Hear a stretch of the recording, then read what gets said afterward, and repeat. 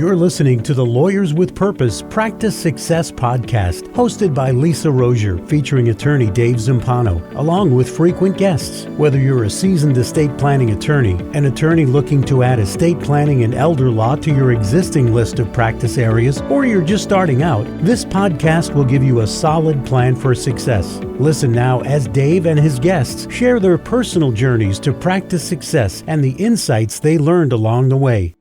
Hello and welcome to the Practice Success Podcast. I'm Lisa Rozier, joined with Dave Zampano and our special guest today, Mitchell Lansky from Memphis, Tennessee, law firm titled the Lansky Law Firm. Mitchell, thank you for joining us today. I'm excited to be here, and I'm looking forward to adding what I can to the podcast and to the community. That's great. Well, that's typically you, Mitchell, that I've come to know. And, you know, our audience are lawyers. Some might be in the LWP community. Some might thinking about the LWP community. Some might not even care about the LWP community. But the focus of this podcast really is on practice success. And what I love about, and I think about you in particular around this, is everyone gets their own version of practice success. Not everybody has to have the big flashy lights and the big names on the sides of the bus. A lot of different people have a lot of different ways. I call them the under the radar. And I always seen you that way, Mitchell. You're an under the radar guy. You have a good, solid practice. You're happy. You go to work every day. You enjoy your practice, which is a lot to be said. A lot of lawyers don't enjoy their practice. So why don't you tell our audience a little bit about your background? How is it? How long you've been practicing law? How long in the estate planning area? I assume that's your key area. And whether you transition from any other areas of law. Okay. So, yeah, I think I have a fairly interesting story. Excuse me. I hate to, I don't always like to go on this part, but I've been practicing a long time. And of course, when you've been practicing a long time, that obviously means that you're a little bit older than what you really want to be. But I have been practicing almost 40 years in this area. I didn't know that long. You don't even look 40 years old. Yeah, well, I'm not. It's a little bit less than 40, so I'm pushing close. it. But yeah, it's close, too close. Yeah. But yeah, so and my journey it was a little bit strange starting off because I always knew I liked taxes and working in the tax world, and I did get my master's in tax, and I actually got a job with a corporation for a few years. Loved doing that. And somehow I got totally involved in that corporation and ended up being the general counsel.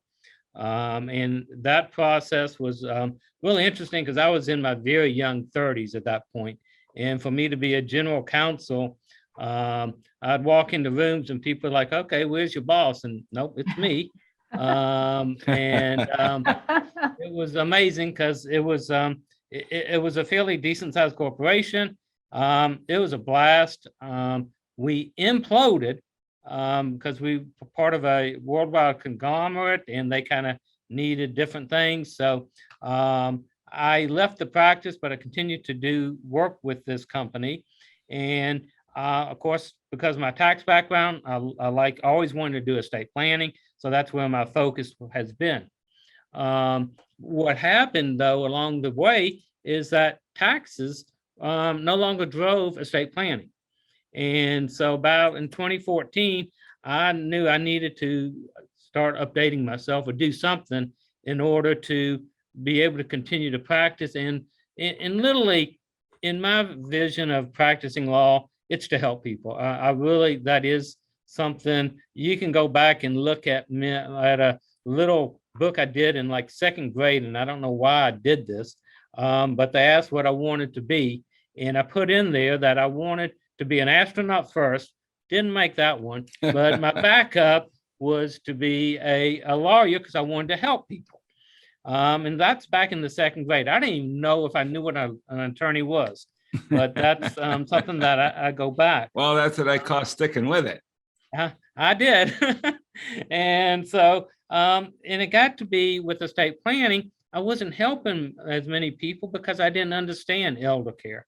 I didn't understand Medicaid. I didn't understand these various different items because my whole practice had been so much on the tax aspect. So I joined Lawyers with Purpose. I looked around, tried to figure out how can I learn this best, and that's where I found Lawyers with Purpose. And so that began my journey. Part of the process, though, as I said, I have always been in a small practice. I left the corporate world, started my own, and joined with maybe one or two other attorneys. Sometimes that worked, sometimes it didn't. I kind of like to do things my way. Imagine that, a lawyer that wants to do things their way. Imagine that. And then, so I ended up joining with another attorney that I've been practicing a long time with, but he didn't practice that often. In fact, I was surprised when he told me he was retiring because I thought he had already retired. But in any event, so I pretty much had my own practice, but I never have had good processes. And of course, as I said, I needed to learn more information. So that's what I've done. And I look at my journey with Lawyers with Purpose, and over these 8 years, it's a journey. I don't think I'll ever be at the end. I will never have the perfect practice because I don't think you ever get to that point. It's all about the journey and how you do that. And I'm thankful to LWP, to Dave and Lisa, people who work with me and like, gosh, this guy is still trying to learn this. But lifetime learner. Yeah. It's the way I work.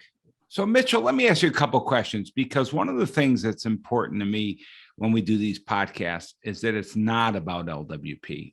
Because again, what I would love to do, and we shared this with you before we went on, and you said, well, I don't know how I'm going to talk about all this without talking about LWP. Here's what I'd like you to do.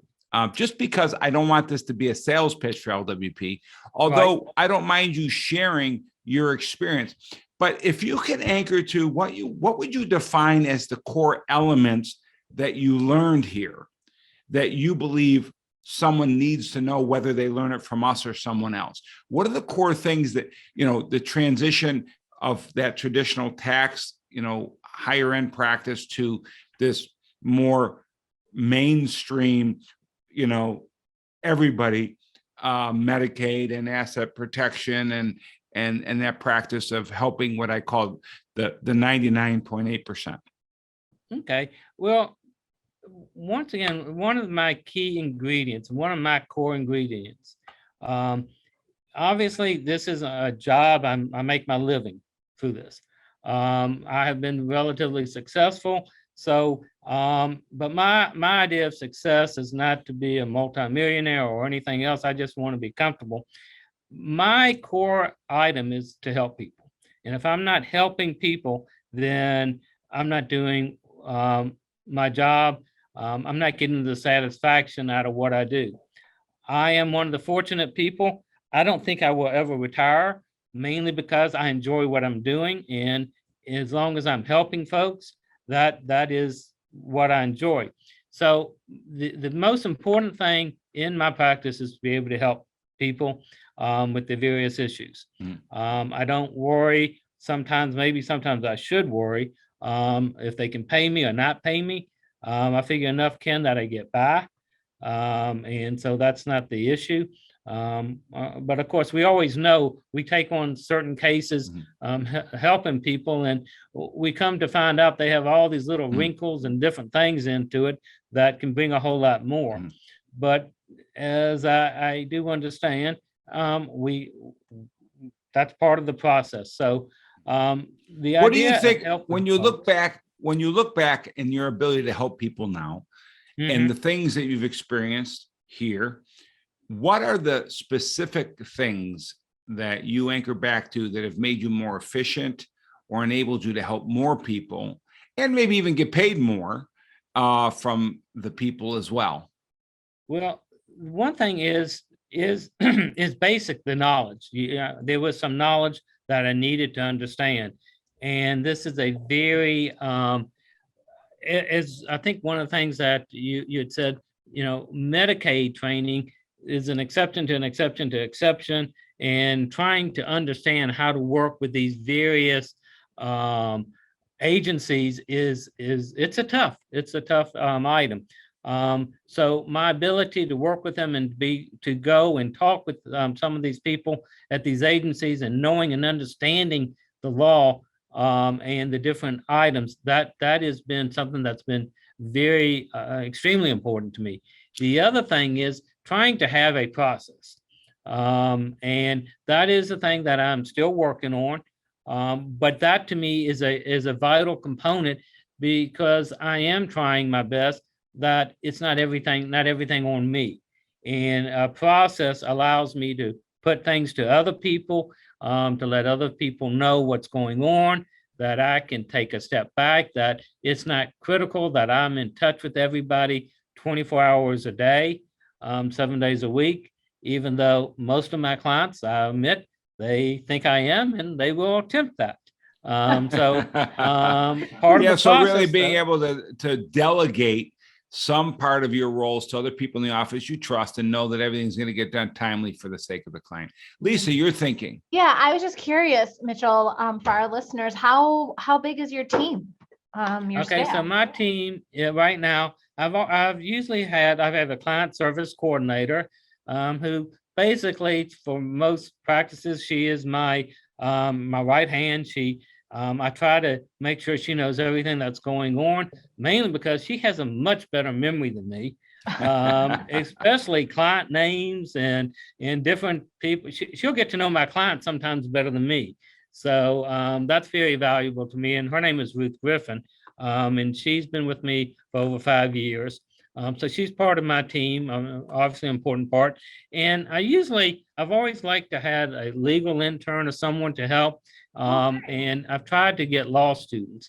And then if I find someone I like, I try to keep them. And Right. so I currently have a law student. She's just finished her first year. She's very bright. She's very willing. And so she's part of my team now. And the idea is to try to, is to incorporate her more and more into the practice as she goes through law school. And if it goes the way that I would like, she would eventually join us at some point in time in a full-time capacity. So that is what I'm doing. And with the processes, I'm getting her to help push me on. And she's also helping me with some, I'm hoping, as we get a little bit older, we're not as technical as we once were. I used to be an expert in plugging in a stereo system, but there's no such thing as a stereo system anymore. The idea of just trying to get your email to work, and to get your PC to do what it's supposed to go every day, is a lot. So from that point of view, I want some help. And there, also looking at new avenues and new things that we want to look at. There is, and this is not a sell job from LWP, I understand that, but there is one new feature that they're offering. I'm not very comfortable with it. I'm trying to learn it, trying to see if it's something that is worthwhile. And so I'm trying to get her to help that. One more core item that I do want to bring up is the idea of, working with other people. And so the idea that we work with financial planners or whatever, I've been fortunate. I've worked with a couple of good ones that has worked out well. I'm trying to develop a new one right now with a relatively young financial planner who would address some of the, working with the younger people, people who are not interested in Medicaid and those type of issues and elder law, and trying to see how I can build up and how I can offer them services. Yeah. It's interesting, Mitchell. I love what you said that, there's this thing we're offering that you're not quite bought into yet. And I think that really illustrates something important. One of the things, I've preached since the day you've met me, and anyone who's ever worked with me, whether they're in my organization or not, understands that everything to me goes back to the E-Myth by Michael Gerber. And you got to have systems and processes. You got to be system dependent, not person dependent. So that time when, I remember that time when, oh my God, God forbid Betty ever leaves, I'll be crippled.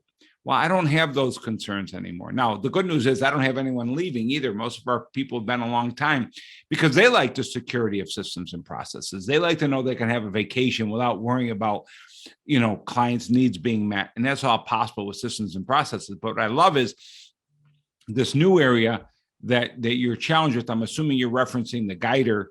I am. Yeah, the guider. And that's a real thing. I mean, lawyers are adverse to, the idea of digitization of the practice of law. And what I love is I'm okay. Go at your own pace. It's your firm, your way. And I think the key thing here is the ability for you to grow your practice at a level. You know what I love is you're someone who's satisfied and really has a life that they want. And then we always teach success. Why you're on the Practice Success podcast is because you're successful. You have the practice you've wanted. Now, you struggled with being able to service clients in all areas. So you've learned the knowledge and you've gotten some systems in place and you've started to build your team for that. But you've done it to the level you're comfortable with. And again, and like you said, you're always learning. So if you had to really stretch and push yourself a little bit, what would be the next area you think you would kind of head toward and engaging in so that you can continue to add and support more people out there in your community? Well, that's part of the process that I'm working on right now is the guider. I would like to be able to work with more than just elder folks and bring something really to the table that is worthwhile to them. So that is one of my stretches that I'm doing there. And I always, the one thing that has never been able to work here, and I've been trying to, we just can't in my town, and I know people say this about their towns, we just don't do workshops here. This town just does not do them. But I have incorporated like a webinar on my website, and I get people to watch that, and it does add a lot to the conversation. And once again, I keep going back. I want to help people. I can help people the best if they understand what all their options are, and the more information I can get for them, and the more items that they know and understand. So that is also very important to me, that I can continue to try to educate people and let people know. I do want to try to work with some different type of institutions. I'm actually on a board of a nursing home. I'm also trying to reach out to a few more. The idea of talking with funeral directors, and because I know a lot of people get to that point and they're overwhelmed. And if there's something that I can do, so those are the different things that I have learned along the way that I want to keep growing to. And unfortunately, in today's world, I think if you're not growing at least a little bit, you're fading away. And so I don't want to fade away. I want to keep going. I want to keep, I learn something every day. The one thing I know is that I don't know everything. That's the most positive thing I know. So there's always something for me more to learn. And I'm always trying to learn that and trying to understand that. And once again, just trying to be the best advocate I can for the people that come to me to help them. So as we wrap up here, it's amazing how quick our time always goes, Mitchell. Looking back at your journey and your practice and how you do things, what's one piece of advice you would have for attorneys out there that you think will help move them from where, you were one time to maybe where you are now? I think the one thing is that kind of what in a way I just mentioned, you've got to keep growing. You got to keep expanding your thought process. You can't take this idea that I know it all and the way I do it is the only way to do it. You got to be open-minded, and you got to push yourself a little bit to get a little bit outside your comfort zone and work these. There'll be some areas that you won't like and you'll back off, but other areas you'll find that you learn and it's worthwhile and it keeps you going and keeps you, for nothing else, younger and vital and integral to our process. Yeah. Well, thank you, Mitchell. It's so good having you here. And I look forward to seeing you at the next taper get together. I always love being with the LWP community when we get to be together. But thank you for sharing your story, because I know there's someone listening today that has a similar story to you and says, this Mitchell guy, I'm kind of like him. And I like the journey he's on, and I want to try and follow in his footsteps. So thank you for sharing that. Lisa, I'll let you wrap. Yeah. And Mitchell, just for closing remarks, if somebody would like to reach out to you, how can they get in contact with you? Well, I love people reaching out to me, so that is great. My email is usually the best way to reach me. And that email address is fairly easy if you know my name. It's M. Lansky, so the M for Mitchell and Lansky at mlanskylaw.com. So I think it's fairly easy. But if they want to, I'm pretty good. I usually will not go home at night until I've answered everything I can or return phone calls for the most part. But I enjoy that part. I enjoy sharing whatever knowledge. So yes. Well, thank you, Mitchell. I appreciate that. And for our listeners out there, if you want to listen to additional success stories, go to lawyersofpurpose.com, click on the Practice Success podcast. You'll be able to see listen to over 20 episodes. And if you would like to be a guest on our show, please go ahead and fill out the contact form, and we'd love to have you on our show. Even if you're not a member, we'd love to know what makes you successful. Anybody. We want to know what makes you successful. Yes. Yep. Come on in for the conversation. We'd love to have it with you. So that's a wrap. Again, lawyersofpurpose.com, Practice Success podcast button. And Mitchell, as always, thank you so much for joining us. It was a great conversation. Take care. Thank you for having me. Take care. Thank you for listening to this episode of the Practice Success Podcast. Visit www.lawyerswithpurpose.com/podcast to listen to other episodes and to subscribe. We'll see you next time.